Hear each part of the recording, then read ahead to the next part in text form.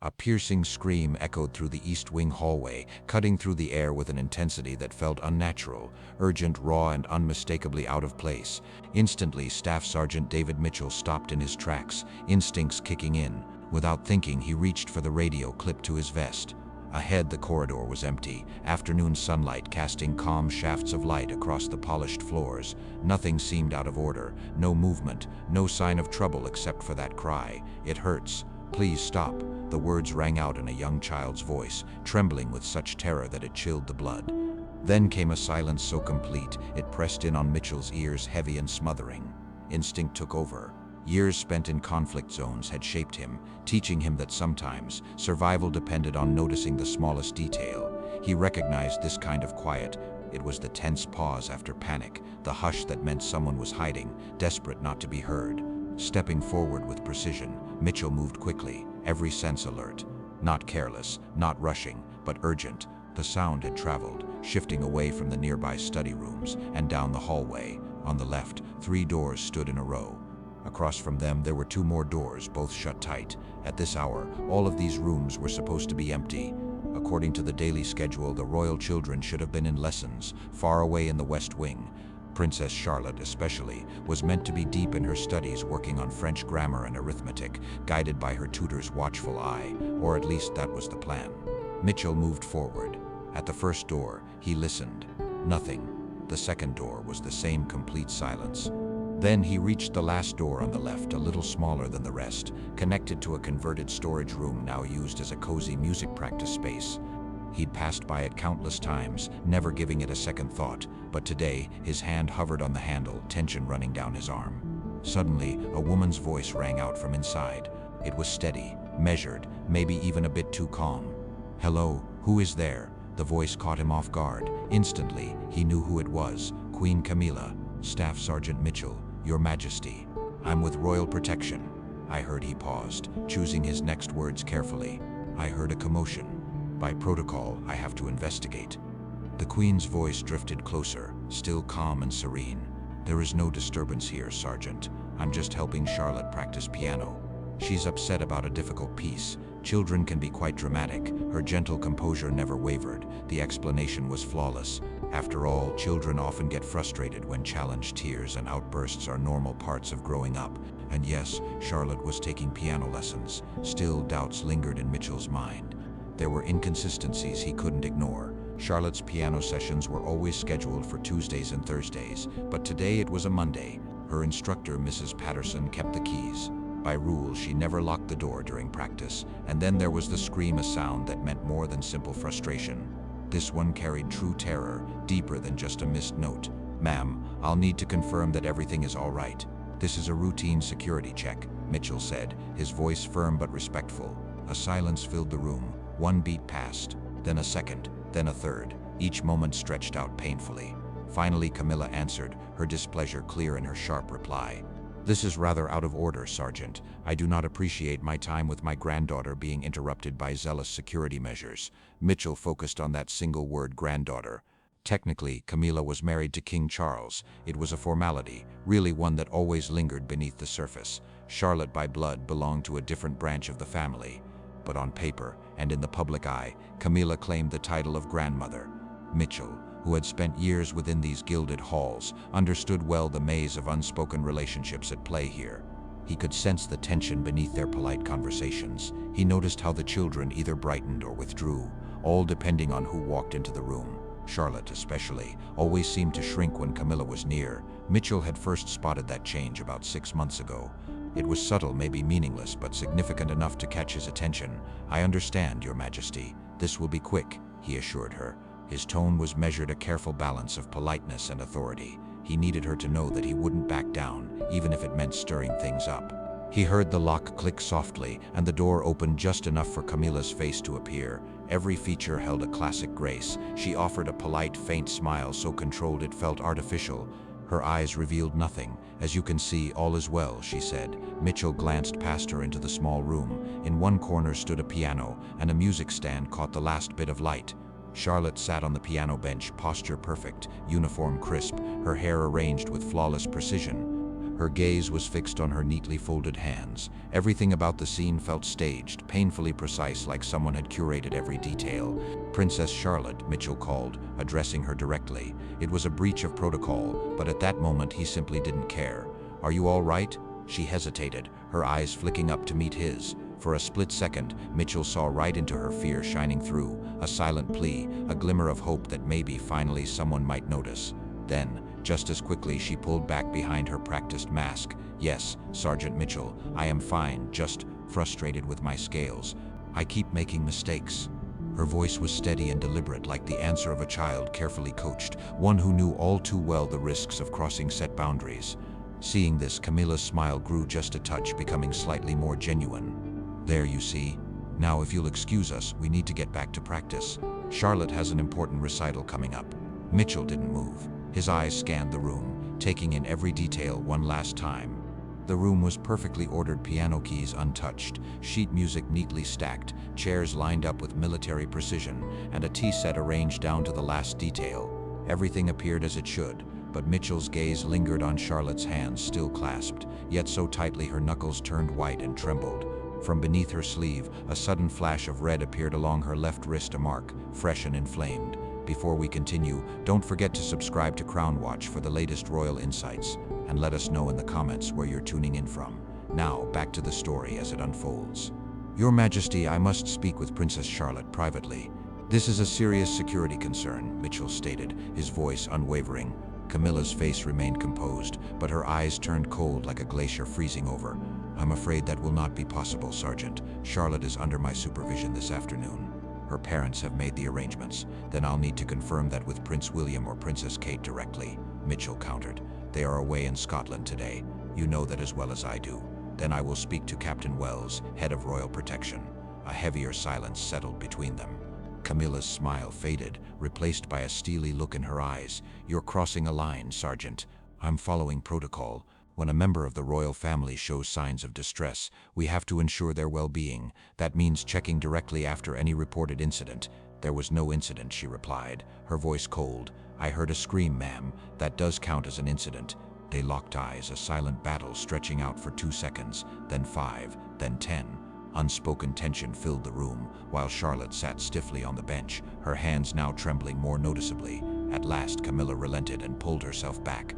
"Very well." She turned to the girl, her voice gentle but carrying a note of authority. "Charlotte, the sergeant would like to speak with you. Please reassure him that everything is fine so we can finish your lesson." Mitchell caught the subtle emphasis in her tone. He was sure Charlotte noticed it too. He stepped across the threshold into the cramped room, which was hardly more than 15 by 20 feet, its windows covered with heavy curtains. The door closed softly behind him. Camilla stayed in the room as well. Not ideal, but Mitchell was prepared to go on. "Princess Charlotte, would you show me your wrist?" Mitchell's request was clear but gentle. Almost automatically, Charlotte pulled her hand over the red mark, trying to hide it. Her eyes darted to Camilla, a quick, nervous glance that spoke volumes. Was she looking for approval, or maybe a warning? "Charlotte, you are not required to," Camilla began, trying to step in. But Mitchell interrupted. His tone was respectful but firm. "Actually, ma'am, as part of a security protocol, she is." He kept his emotions in check. There was no accusation, just procedure. "This is simply routine, Charlotte. Please, let me see your wrist," he said. Ever so slowly, Charlotte stretched out her left arm. Mitchell gently pulled back the sleeve, exposing the angry mark beneath. He recognized it right away, not a clumsy child's bump against wood, but the clear imprint of fingers squeezed tightly around a narrow wrist. 4 distinct indentations, fresh and vivid, told their own story. Someone had grabbed her just minutes ago, not hours. Mitchell crouched down to look Charlotte in the eyes. "Charlotte, did someone hurt you?" he asked softly. Tears pooled in her eyes. No, I just suddenly," Camilla's voice cut through the moment. "Sergeant Mitchell, this is highly inappropriate."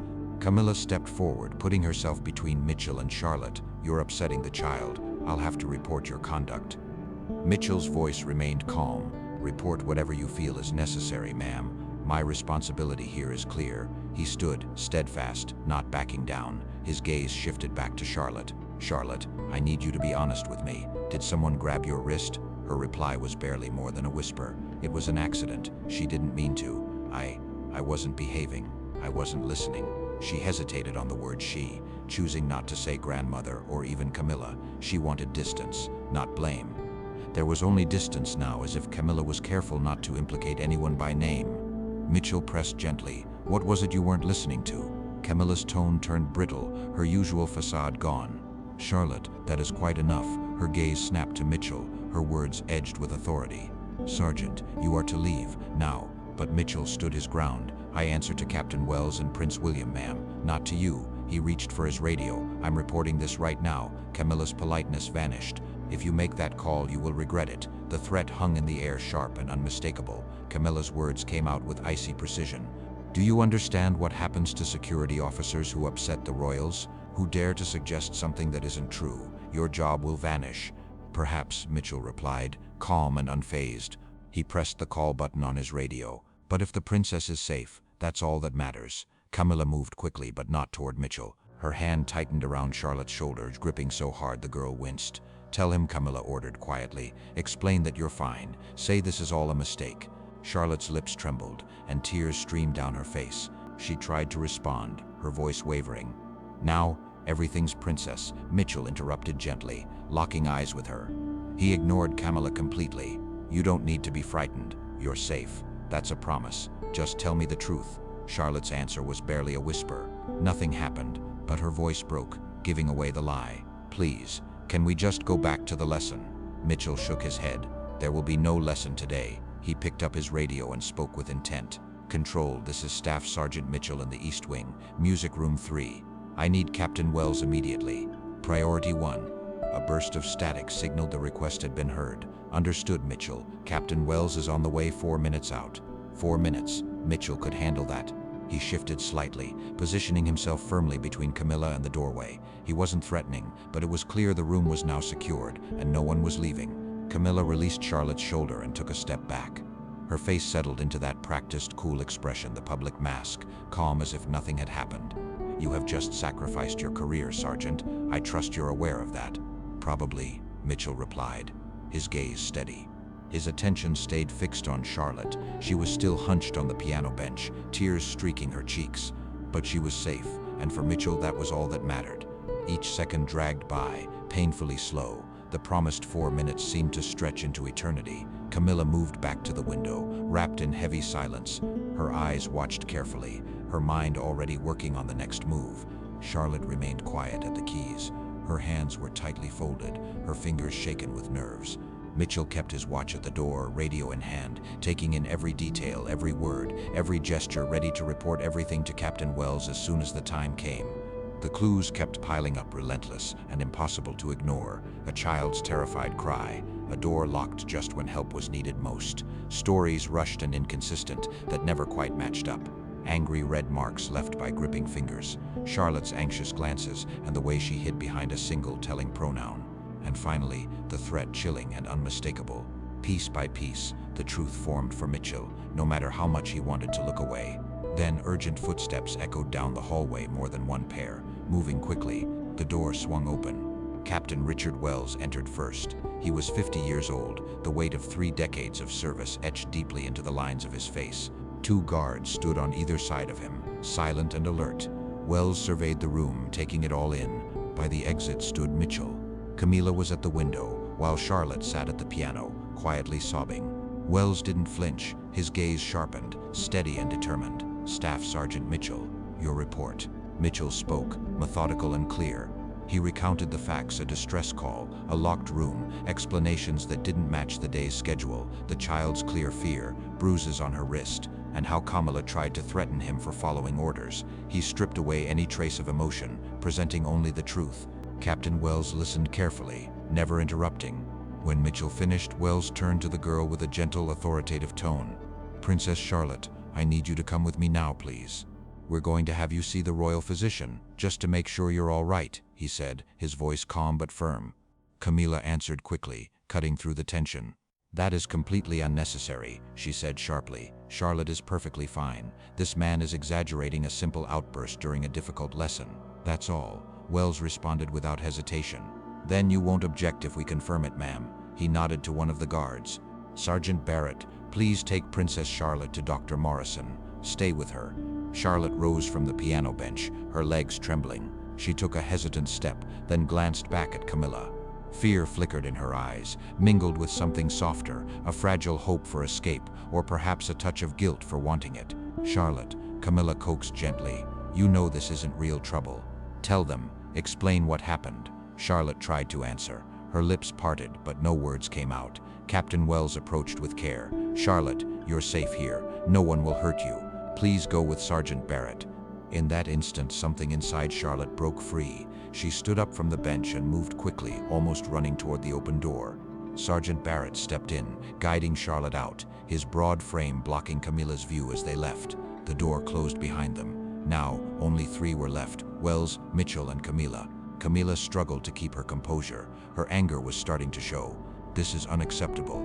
I expect this man to face consequences immediately. He intruded on a private family matter, traumatized a child, and made entirely baseless accusations." Wells answered with calm, unwavering professionalism. "We will review everything thoroughly, Your Majesty. That includes the marks on Princess Charlotte's wrist, as well as the matter of the locked door, especially since she was meant to be somewhere else for lessons."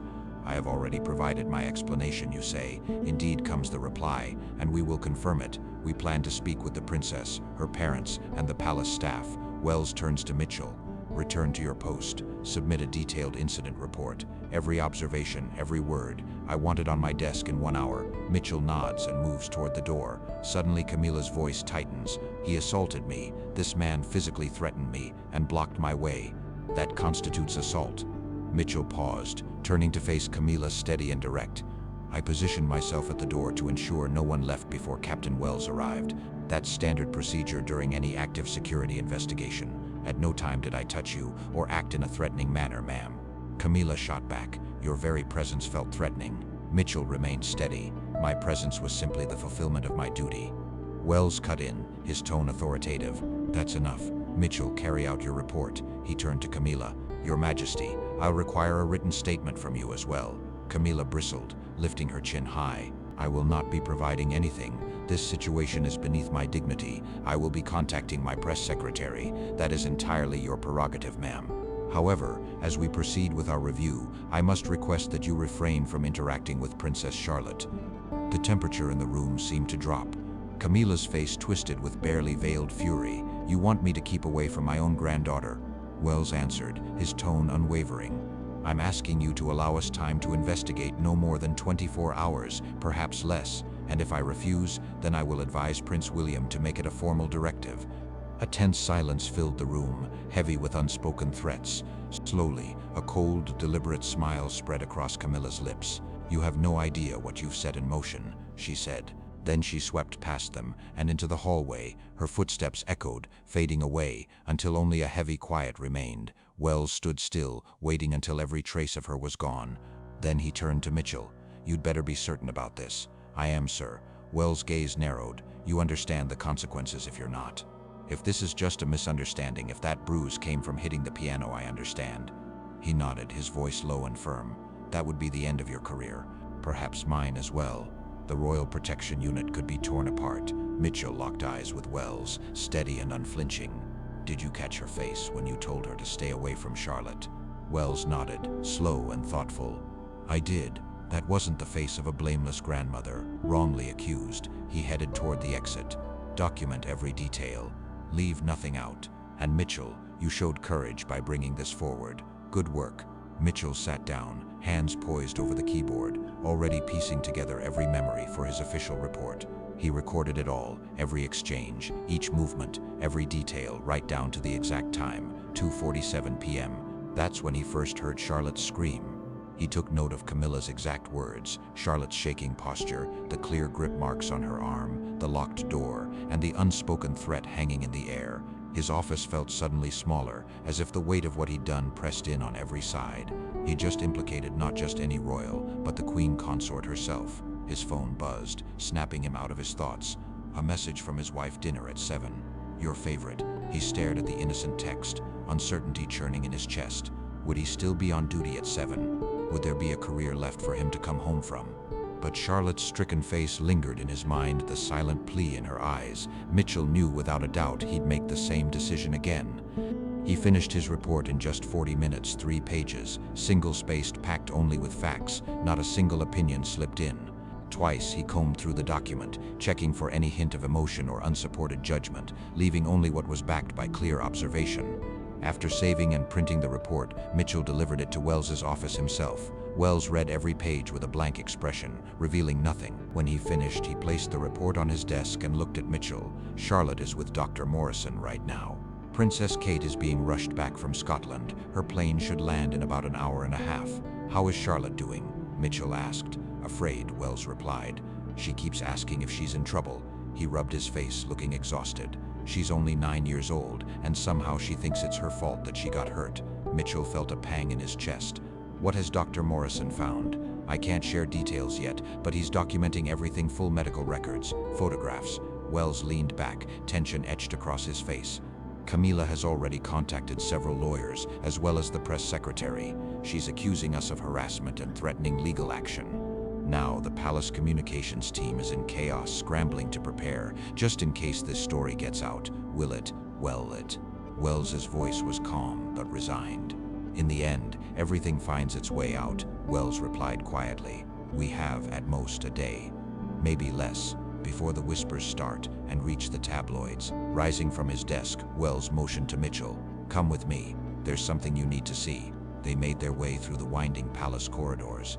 Heads turned as they passed staff members casting nervous, searching glances in Mitchell's direction.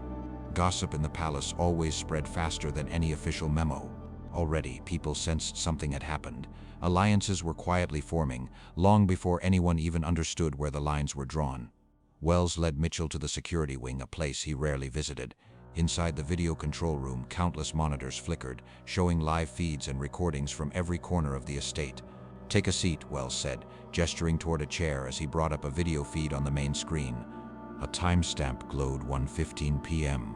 Wells explained, "This is the East Wing hallway, about 2 hours before you arrived." The feed showed a bird's-eye view of the corridor.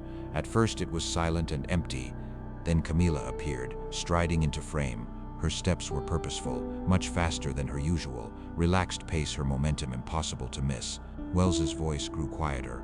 "Watch." Half a minute later, Charlotte came into view.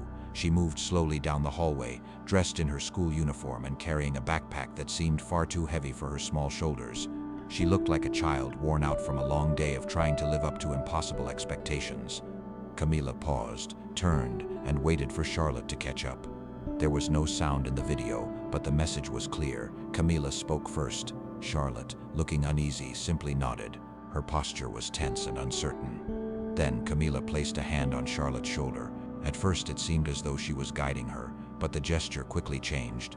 It wasn't a gentle nudge, it was insistent, steering Charlotte toward the music room. Charlotte's stance shifted. She hesitated, just enough to show she didn't want to go, pulling back against the pressure. Camilla's grip, visibly firmer even through the grainy footage, tightened.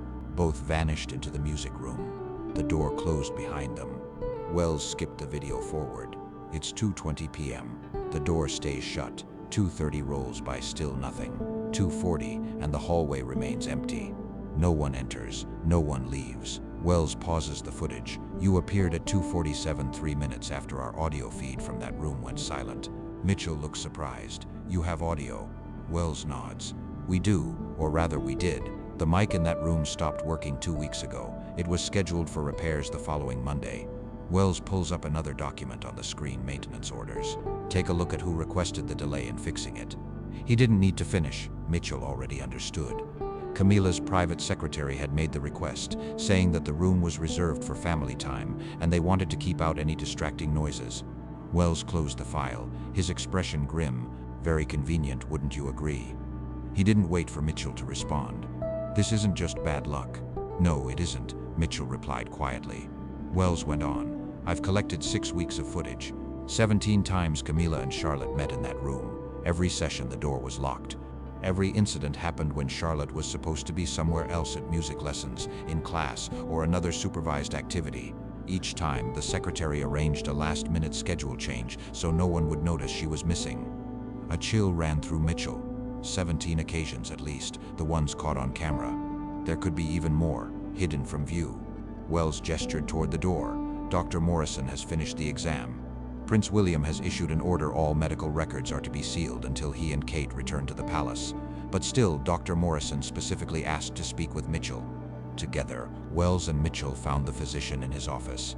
He was a distinguished man, with silver hair and steady eyes radiating the quiet confidence of someone who had spent years caring not just for royal health, but also for their secrets. Morrison stood up as they entered. "Sergeant Mitchell, I understand you were the one who intervened earlier today." Mitchell simply replied, "Yes, sir." Morrison nodded solemnly. "Then you have my gratitude and you deserve to know what I've discovered." He opened a file, spreading out a series of medical photographs. Mitchell, with his military background, was no stranger to how a body can bruise or break. He studied the images without flinching. The injuries were clear, both fresh bruising and the telltale signs of self-defense. The damage to her wrist matches a forceful grip, 4 distinct pressure points, about the size and span of an adult's hand. "These were inflicted roughly 30 to 45 minutes before I examined her," he explained. Morrison turned to another image. "There's more bruising on her upper arm, around the same age. This also signals someone grabbed her hard." He slid the next image forward, showing Charlotte's small hands. Both palms showed marks the kind you get from gripping something desperately tight. Morrison explained, "From the shape and where these indentations are, I think she was clutching the edge of the piano bench, trying to brace herself against some kind of force." Mitchell asked, though a sense of dread already twisted in his gut. "Bracing against what?" Morrison met his gaze. "Against being pulled or shoved." He closed the file, his expression heavy. "Charlotte is reluctant to share anymore. She keeps repeating that it was her fault, that she wasn't listening well enough, or behaving, or living up to expectations." Wells spoke up. "No child just comes up with those words," Morrison replied quietly. He lowered himself into his chair, a look of exhaustion on his face. "I've cared for the royal family for 15 years. I've seen normal childhood injuries and illnesses, but this is different. This girl has been methodically conditioned to take the blame for an adult's actions, to minimize her own pain, and to protect the very person hurting her." In the pause that followed, one word lingered in the air: abuser. Morrison went on, his tone steady, but you could tell he was deeply invested. "I'm documenting everything physical findings," Charlotte's few chosen words, "and the full sequence of events. All of this will go straight to her parents, and to any official inquiry if one begins." He turned to Mitchell, his voice steady but serious. "You may have stopped something far worse today. Whatever was happening in that room, it was escalating. But what Morrison discovered next would change everything they believed. Before we dive into that, take a moment to reflect. If this story has drawn you in, share your thoughts below. Would you have made the same decision as Mitchell? Now, let's go back to the very first time Charlotte finally felt comfortable enough to speak. Mitchell had slipped back into his usual routine, patrolling the palace, checking IDs, his eyes alert and always on the move. But his thoughts wouldn't rest. He remembered 17 documented times Camilla had met with Charlotte, hidden from view. He wondered how many more meetings happened before there were cameras in that hallway. How many went unseen, and why? What really happened behind that locked door? Suddenly, static crackled over his radio. "Mitchell, report to the north entrance." The call was urgent and clear. Princess Kate had arrived. Mitchell arrived outside just as the car came to a stop. Before the chauffeur could get out, Kate opened the door herself. Her face was pale and drawn, her eyes rimmed with tears. She had clearly been crying. Prince William followed, his face set in a hard, controlled mask, the kind of look that shows anger simmering just beneath the surface, held back only by necessity. Without a word, they moved past Mitchell. It wasn't meant as an insult. It was simply the desperate focus of parents living through their worst nightmare. Their child had been hurt, and they hadn't been there to protect her. Time seemed to slow to a crawl. For 2 hours, Mitchell stood watch, sensing the palace's energy intensify. Staff hurried past with anxious faces. Camilla's press secretary rushed between offices 3 times in quick succession. Mitchell noticed the palace lawyers heading straight for the king's private rooms, moving with urgency. Then the call came through again. "Mitchell, His Royal Highness requests you in the private study." Now, every step felt heavy and deliberate as Mitchell made his way down the hall.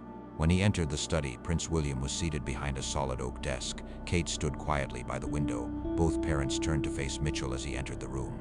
"Staff Sergeant Mitchell," William addressed him, his voice tight with emotion. William continued, his tone measured, almost on the verge of breaking. "I've read your statement, gone through Dr. Morrison's assessment, reviewed Captain Wells's analysis of the security footage, and most importantly, I've listened to my daughter." Mitchell stood quietly, while William took a moment to gather himself. "She's finally told me the truth about what's been happening.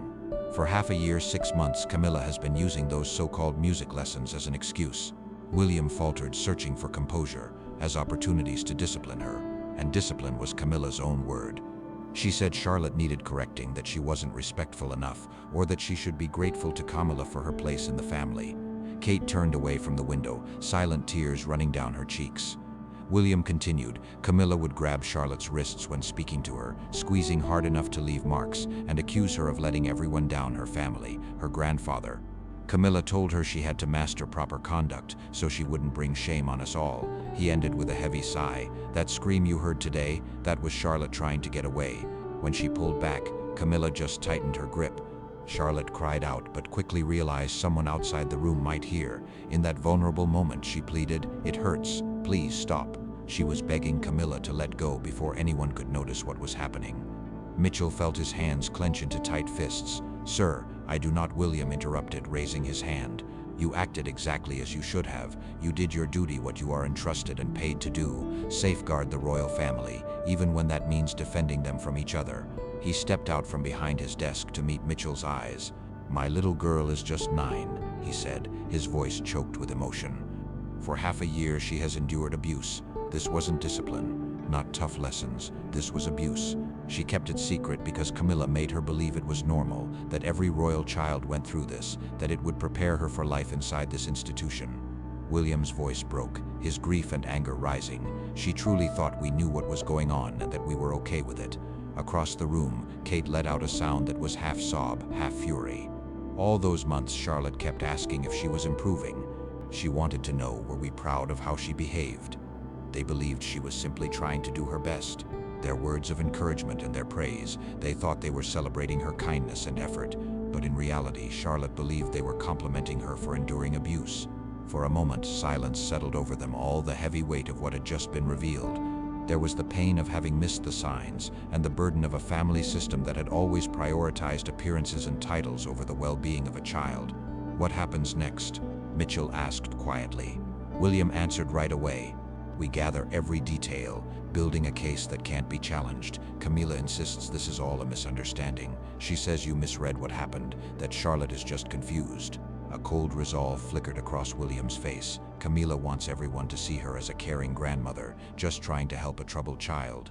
"She's making you out to be an overzealous guard who interrupted a delicate family moment." Kate's voice was edged with grief. "She's calling it coaching, helping Charlotte toughen up. She claims she's preparing her for public life, but really she's making her stronger by inflicting pain." William sat back down, his posture weary. "My father is having a hard time processing this. After all, Camilla is his wife, and Charlotte is his granddaughter. He clings to the hope that this is just a tragic misunderstanding, maybe a single lapse in judgment on Camilla's part, driven by misplaced intentions, not genuine harm." But William doesn't allow himself such illusions. He sees things as they are. He's gone through the medical evidence, reviewed the footage, and worst of all, listened as his little girl, through tears, explained how she thought she deserved this pain because she wasn't worthy. His fist strikes the desk with a sharp crack, a burst of outrage breaking through. "It ends now. For good. But we must follow the right path. Every step must be documented, every fact secured by law. There can be no doubt and no chance for anyone to twist the truth." Kate quietly made her way to the door. "Charlotte wants to thank you," she told Mitchell. "She's frightened you might lose your job because you protected her. She keeps asking if you're in trouble." "May I see her?" Mitchell asked, his voice softening. Together they walked to the family's private quarters, a space usually off-limits to staff like Mitchell. Kate tapped gently on a door painted soft blue. "Charlotte, Sergeant Mitchell is here." The door swung open. Standing there was Charlotte, looking much smaller and more fragile than she ever had in the music room. In the doorway, she seemed even younger and more delicate, a little girl carrying a sorrow far too heavy for her age. "Hello, Princess." Mitchell greeted her warmly. "Hello," Charlotte whispered, her voice barely more than a breath.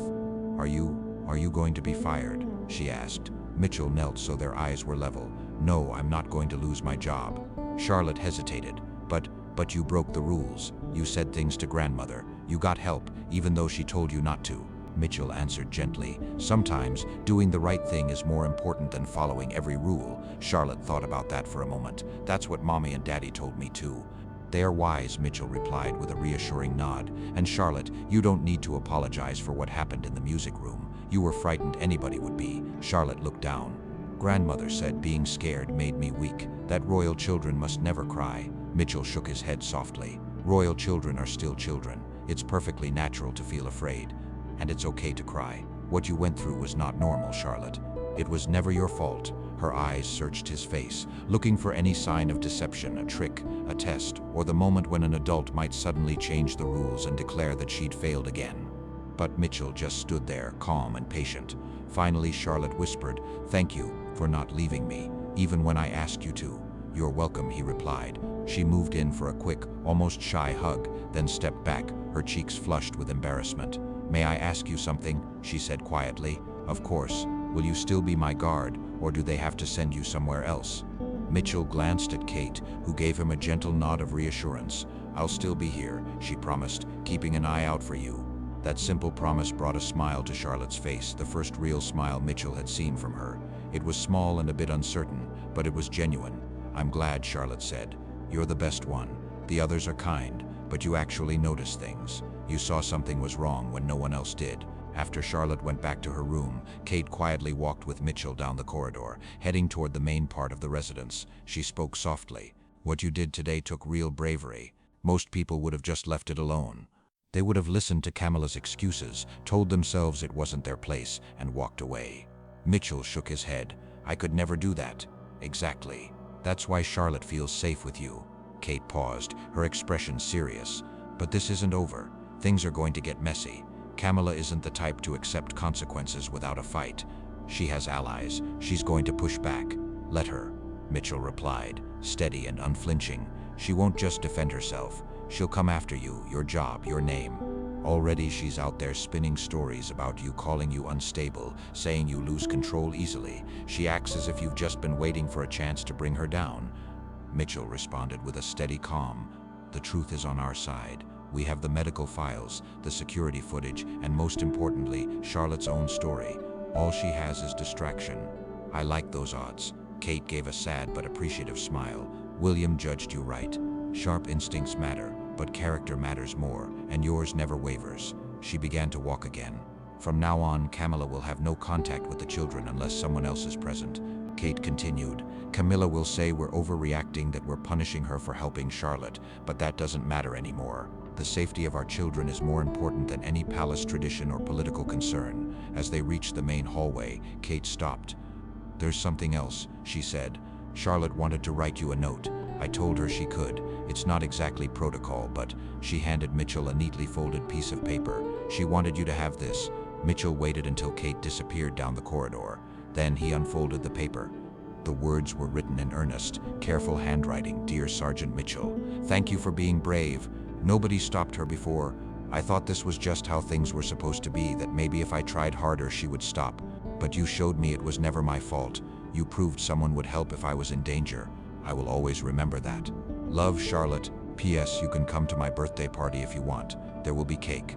Mitchell folded the note and placed it gently in his pocket. In that moment, he knew for certain he had made the right choice. Suddenly, Mitchell's radio burst to life. Wells's voice crackled through, sharp with urgency. "Mitchell, we have a situation. Camilla is at the family quarters, demanding to see Charlotte. I need you at the north staircase right away." Mitchell didn't hesitate. He sprinted, reaching the spot in half a minute. At the foot of the stairs stood Wells, flanked by 2 guards. Halfway up, Camilla clung to the railing. Her face was calm, but her eyes blazed with anger. "This is ludicrous," she declared, her voice steady but edged with menace. "My own security team is blocking me from my family quarters. Who gave you the authority to do this?" Wells stood his ground. "Prince William authorized this, ma'am. As I've already explained, you are being asked to avoid any contact with Princess Charlotte while the investigation is ongoing." Camilla latched onto a technicality. "Asked, not ordered. That's a big difference." Wells didn't pause. "Would you rather it be an order?" Camilla's lips curled into a frosty smile. "You're making a grave mistake. I promise this won't end well for anyone here." Wells met her threat without flinching. "That's a risk we're willing to take. What about you?" Camilla took another step down the stairs, her tone sharper. "I've been reviewing the personnel files. Staff Sergeant Mitchell, 11 years in royal protection, an outstanding record, several commendations, and a spotless history, until today." But now he's allegedly targeted a royal family member, made unfounded accusations, and supposedly upset a child for no apparent reason. That sounds like enough reason for immediate dismissal. Mitchell noticed Wells tense at her words, but the seasoned captain stayed composed. He refused to let her get under his skin. "And you, Captain Wells," Camila went on, her gaze cold. 3 decades of service, only 2 more years until a full pension and an easy retirement. But not if you're fired for cause, not if you're caught up in what you're calling a witch hunt. Wells's voice was firm. "If protecting a child makes me complicit, I'm absolutely fine with that." Camila's eyes narrowed. She was never actually at risk. Charlotte was given guidance and structure. That's exactly what she needs, considering her heightened emotions lately, Camila insisted. Mitchell's voice was steady, almost gentle. "Those heightened emotions, as you call them, are symptoms of trauma. That's what happens when someone is subjected to ongoing abuse." Camila whipped her head toward him, outrage simmering just beneath the surface. "How dare you speak to me out of turn? Guards or staff, you do not address me unless I speak to you first." Mitchell stood his ground. "I'm not just a guard right now, I'm a witness to a crime. That gives me every right to speak up. What you saw was a grandmother guiding her granddaughter, nothing more." Mitchell remained calm. "What I saw were grip marks dug into a child's wrists. I heard her cries of pain. I saw her recoil when you came near. That's not guidance, that's hurt." Camila dismissed him with a cold look. "That is your interpretation, biased and lacking all the facts." She stepped down again. "I have 3 lawyers reviewing this already. By this time tomorrow, you'll both be facing official complaints." Camila's voice was razor sharp. Every word was deliberate. "You'll be charged with harassment, defamation, and intentionally disrupting a family's relationships. Get ready to spend the next year drowning in court hearings, wasting your savings on legal counsel you can't afford, all because you wanted to play the savior." Mitchell didn't flinch. "It's worth it," he said. Camila locked him in an icy stare. "Is it worth risking your career, your reputation, endangering your family's financial stability?" She paused, her gaze intense. "Yes, I know all about your personal life. Your wife teaches children. You have 2 kids of your own. Your home, your loans, your routines, everything you've worked for, all of it could be destroyed just because you couldn't leave things alone." Mitchell's jaw tightened, but he stood firm. "That sounds a lot like a threat, Your Majesty," he said softly. Wells spoke up before Camila could answer. "It's not a threat, it's reality. Your actions have consequences. You've chosen to turn against me. You trust the word of a distressed child over the word of a royal. Now, you must accept the results." From behind them, a new voice cut sharply through the tension. "The only one facing consequences here will be you." Princess Anne stepped forward, commanding the entire hall with her presence. She appeared without fanfare, no staff beside her, no formal introduction. Yet there was instant respect in the room, the kind that comes from years of steady, uncelebrated work and relentless duty. Few ever spoke of it, but everyone could feel it. For a brief moment, Camila's face slipped, her shock showing before her usual calm returned. "Anne, this is not your concern." But Anne stood firm. "It absolutely is my concern when a child in our family is being harmed." Anne stepped directly in Camila's path, speaking with quiet authority. "I've seen the evidence, medical reports, security footage, and Charlotte's own words. I've also made some calls." Camila's eyes narrowed. "What calls?" Anne answered calmly. "I spoke to 2 former staff members who left in the past year. Those conversations were eye-opening. Actually, 3 ex-employees independently described troubling incidents. Each recalled moments when your behavior toward the children, especially Charlotte, was unreasonably severe. They stayed silent at the time. After all, you are the queen consort who would have listened."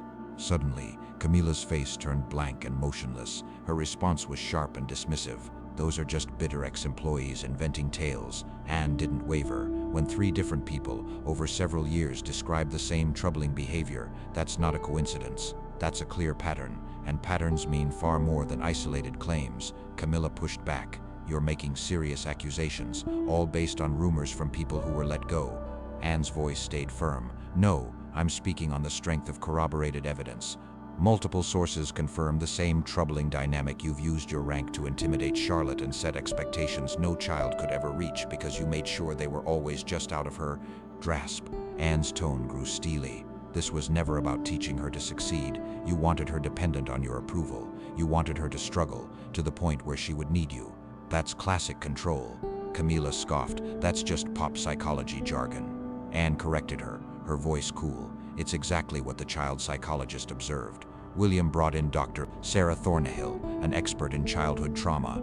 She spent the last 2 hours with Charlotte. Would you care to know what she discovered? Camila did not respond. Anne continued, her tone steady and somber. Charlotte shows clear signs of emotional abuse. She becomes tense whenever an authority figure enters the room. She apologizes constantly, even when it isn't her fault. She takes on blame for things adults have done, and she's terrified of disappointing her family. These patterns don't happen overnight. They form over time, shaped by relentless psychological pressure. Camilla's reply was stiff. I was preparing her for royal life. It's a tough world out there. Someone has to prepare her. She's only 9 years old, but she's destined for a place in history. Expectations are higher for us. Anne's voice lowered, becoming icy and calm. Those expectations never justify physical discipline, isolation, or making a child believe there's something fundamentally wrong with her. We've established clear guidelines for preparing the royal children. Nothing in those guidelines allows for what you've done. The story was building to its most jaw-dropping moment, a moment etched forever in the memory of anyone who witnessed it. For those just joining us, be sure to subscribe to Crown Watch, where stories like this come to light every day. Now, let's turn to how Anne delivered the reckoning. Camilla straightened her shoulders, bracing herself for what was coming next. I want to speak with Charles immediately, she demanded.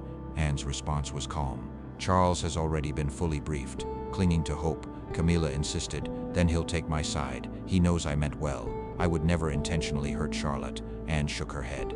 He understands that intentions aren't what matter here. The impact does, and the truth is, this child is carrying trauma because of you. Anne pulled out her phone, tapped the screen, and held it up for Camilla to see. You're looking at an official order. William and Kate have signed it. Charles has added his own signature. Starting right now, you are barred from seeing any of the children unless you are supervised. Every meeting must be overseen by approved staff. If you break this rule, you'll be escorted out of the palace immediately.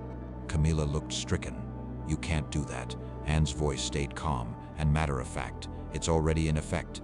She continued, you are also being removed from any public duties involving charities for children. There will be no public events or photos with the young royals for at least the next 6 months. During this time, you'll also be evaluated by the royal family's behavioral experts. Camilla's voice shook as she spoke. You're treating me like a criminal. Anne's response was steady. You're being treated as someone who has harmed a child. You should consider yourself lucky. It could be much worse. If you were anyone else, the authorities would already be involved. Legal charges could be brought against you. But because you are family, and Charles asked for discretion, this will remain within palace walls for now. A flicker of anger crossed Camilla's face. This is because of William and Kate. They've always wanted me gone. Anne shook her head. No, this is happening because Charlotte finally feels secure enough to speak her truth. Only now does the full story come into view. She gestured to the staircase. You can choose to walk out on your own, or the guards will escort you. The decision is yours. Camilla looked at every face in the room. Wells, Mitchell, the palace guards searching for any support, any sign of pity. She found none. After a tense silence, she offered one last warning. This is not finished. Anne didn't hesitate. Yes, it is. With her back straight and chin held high, Camilla walked down the stairs. She moved with all the dignity of a queen under siege, but there was one small sign her hands trembled ever so slightly. Mitchell noticed. So did Wells. It wasn't until Camilla disappeared from sight that Anne finally let out a heavy breath. That was not easy, she murmured. Mitchell spoke up. Do you think she'll follow the restrictions? Anne nodded, confident. She will. Charles made it clear what would happen if she didn't. For all her pride, she still wants to remain queen consort. She'll do whatever it takes to keep Charles's approval. Anne regarded Mitchell with a steady gaze. You're Mitchell, correct? The one who raised the alarm. Mitchell straightened. Yes, ma'am. Anne nodded. You acted quickly, and you trusted your instincts. Charlotte is fortunate you were there. She paused, then added, but you need to be aware your actions put you in a difficult position. Camilla won't forget that you exposed her. From now on, she'll be watching for any reason to undermine you. Mitchell didn't hesitate. He thought of the note from Charlotte, still tucked in his pocket. I understand, and I am ready. A rare, warm smile flickered across Anne's face. Good. We could use more people like you on this staff. Turning to Wells, Anne spoke firmly. Captain, make sure Mitchell receives quiet but proper acknowledgement for his actions. No grand gestures or ceremonies. Keep it quiet, but ensure the records show that he handled himself with distinction in a difficult situation. Wells gave a curt nod. Already handled, ma'am. That seemed to satisfy Anne. She began to climb the staircase toward the private wing. Partway up, she paused and turned back. "Mitchell, Charlotte wanted you to know something. She told me, tell the sergeant I am not afraid anymore. Now, I know there is someone looking out for me. I thought you might like to hear that." With those words, Anne continued on and soon disappeared into the shadows of the family apartments. Wells walked over to Mitchell and gave his shoulder a supportive squeeze.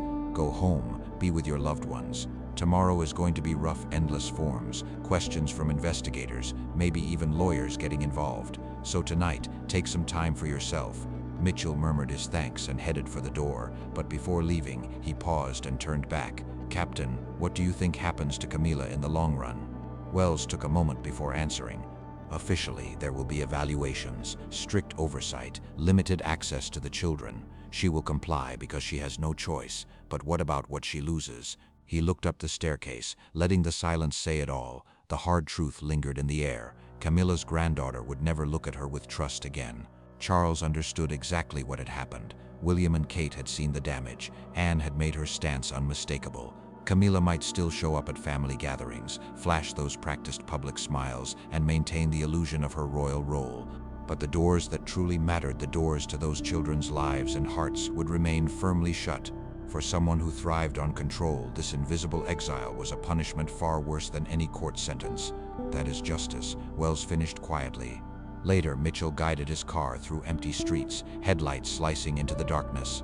Classical music drifted softly from the radio, but his mind raced with thoughts: the echo of Charlotte's cry, the tense standoff, the weight of Anne's decree, and the icy promise in Camilla's eyes. Suddenly, his phone lit up with a number he didn't recognize. For a moment, he almost let it ring. Then he answered. "Sergeant Mitchell speaking." A calm voice replied. "This is Dr. Thornhill, the psychologist working with Princess Charlotte." "Yes, ma'am. I wanted to thank you directly. Today you stood your ground, even when pressured by a powerful member of the royal family. That kind of bravery is rare. Not everyone would have held the line." Mitchell's voice was steady. "I could not do anything less." Dr. Thornhill's tone was gentle. "I believe that," she continued. "Charlotte spoke about you. She told me that when you looked at her, you didn't just see a title or a future monarch. You saw a frightened little girl, desperate for help. That genuine understanding, that simple human compassion, those are what mattered most." The psychologist paused, then continued. "I'll be working alongside Charlotte in the coming months, guiding her as she heals from this experience, and helping her relearn that it's safe to trust the adults around her. Because of what you did, I have something promising to build on, clear evidence for her that there are grown-ups willing to step in and protect her. That asking for help brings support, not punishment. That belief is a rare gift." Mitchell asked quietly, "How is Charlotte doing now?" "She feels relief, but her exhaustion runs deep. There's some anxiety about what comes next, but mostly her mother says she seems lighter, like a heavy burden has finally been lifted.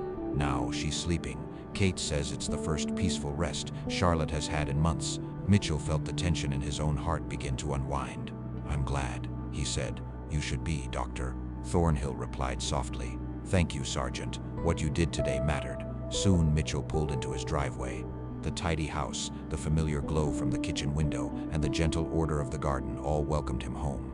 As Mitchell stepped inside, his wife looked up and immediately saw the exhaustion and turmoil written on his face. Her voice was gentle as she asked, "What happened?"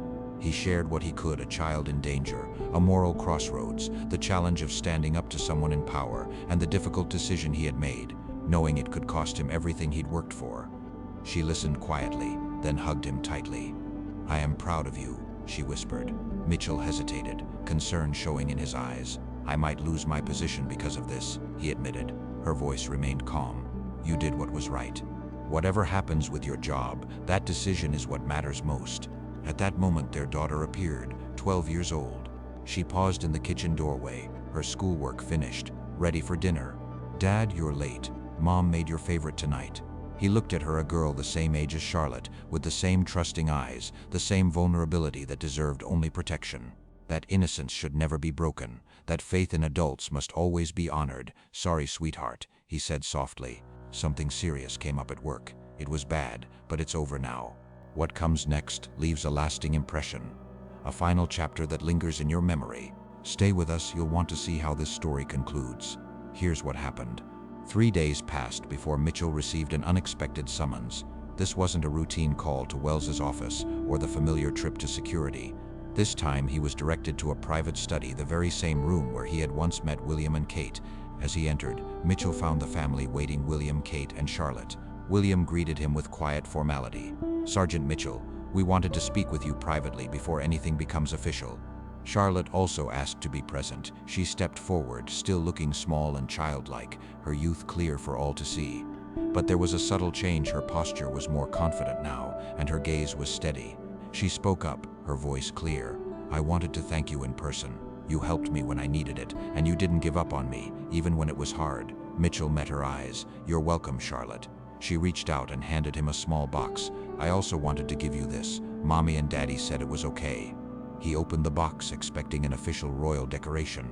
Instead, he found something more personal: a silver medal, carefully inscribed with the words, "For service above and beyond, with gratitude from the Cambridge family." William stepped forward to explain. "We can't recognize you publicly with an official commendation," he said. "If we were to honor you openly, it would attract unwanted attention and bring this matter into the spotlight. But privately, we want you to know just how grateful we are. Your actions have changed everything. You protected my daughter from lasting harm. When others stayed silent, you had the courage to speak up. That deserves recognition." Mitchell offered a modest reply. "I was simply doing my duty, sir." Kate spoke up, her voice gentle but certain. "Your official duty was to ensure our safety. But what you did went far beyond that. You truly cared. You questioned things that didn't feel right, followed your instincts, and protected a child even though it meant standing up to someone powerful." She smiled warmly. "Compassion like that isn't part of anyone's job requirement. It's a reflection of who you are." Charlotte stepped a little closer, her voice soft and comforting. "You're still my favorite guard. I just wanted you to know." Mitchell knelt down until their eyes were level. "Thank you, Charlotte. But truly, you are safer than you think. You have your family, people who cherish you, and now you've learned something important." Charlotte tilted her head. "What is that?" He answered softly. "When something feels wrong, speaking out really makes a difference. When you ask for help, someone will answer. You are never truly on your own," Mitchell told her gently. "Even in those moments when you feel isolated, or when someone tries to make you believe that no one will listen, remember you are not alone." Charlotte seemed to take in his words. She gave a determined nod. "I will remember." "Good," Mitchell said. This time she hugged him without hesitation. Her embrace was more certain, her spirit a little stronger. As she stepped back, William spoke. "We have decided to move you onto the specialized protection detail. You'll be serving with the direct family security team. It's a promotion, comes with a pay increase, and more importantly, it keeps you close if Charlotte ever needs you again. That is, if you'd like the role." Mitchell stood tall, a sense of resolve in his chest. "Yes, sir, I'd be honored." William smiled. "Perfect. Captain Wells will fill you in on the arrangements." He extended his hand. "Thank you, Sergeant, for everything." Their handshake said more than words ever could, a silent understanding between two men who knew the cost of protecting those they love. Outside, the sunset cast golden ribbons across the palace lawns. Mitchell walked the familiar halls he had known for over 10 years. But tonight, every corridor felt different, filled with new meaning. This was no longer just a place of rules and routines. It was now the site of a healing wound, a place where the right thing had been done and recognized. Here, power didn't erase harm or hide the truth.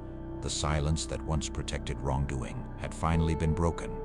Mitchell walked past the music room. The door now stood open, a small but meaningful change. The old piano was gone, replaced with inviting chairs and gentle light. This space would now serve a new purpose. It had been transformed into a welcoming, carefully watched room. Safety had replaced secrecy. Just then, Mitchell's radio crackled. Captain Wells' voice came through. "Mitchell, we have reports of Charlotte singing in her family's rooms.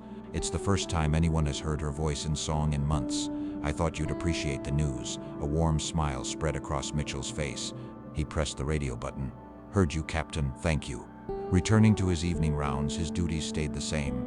But as he walked those echoing halls, he held a new awareness. Somewhere within these walls, a child who had once been silenced was now singing, truly a child again, free from the pain she never should have carried. True responsibility is more than just following orders. It reveals itself in those moments when rules must bend to what is right, when procedures fade in the face of protecting others.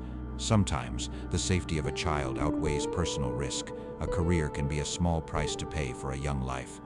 Often the toughest path is the one we have to take, and on rare, powerful occasions, doing what's right can lead to the best outcome of all. If this story has revealed something new about the men and women who guard royalty, don't forget to subscribe to Crown Watch. Here we share stories from behind palace walls, stories that are seldom seen or spoken. We want to hear from you. Would you have made the same stand Sergeant Mitchell did, knowing what was at stake? Share your thoughts with us, and we look forward to bringing you our next story soon.